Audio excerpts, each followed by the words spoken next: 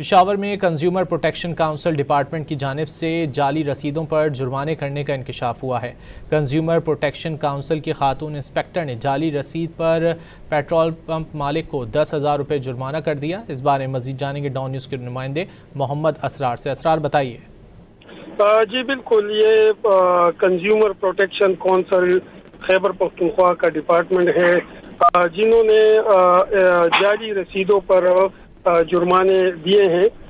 Consumer protection council کی ایک خاتون انسپکٹر تھی جنہوں نے جعلی رسید پر کوہاٹ روڈ پشاور پہ پیٹرول پمپ مالک کو 10,000 روپے جرمانہ کر دیا ہے، جس پر ڈی جی انڈسٹری ڈپارٹمنٹ نے نوٹس دیا اور خاتون انسپکٹر کو معطل کر دیا۔ خاتون انسپکٹر سمیت دیگر عملہ بھی اس جعلی رسیدوں میں ملوث ہے۔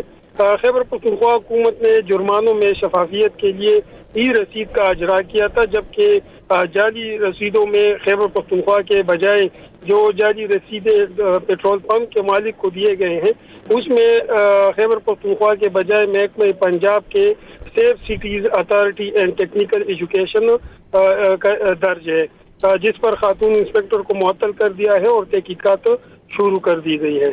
جی بہت شکریہ اسرار احمد ان تفصیلات کے لیے۔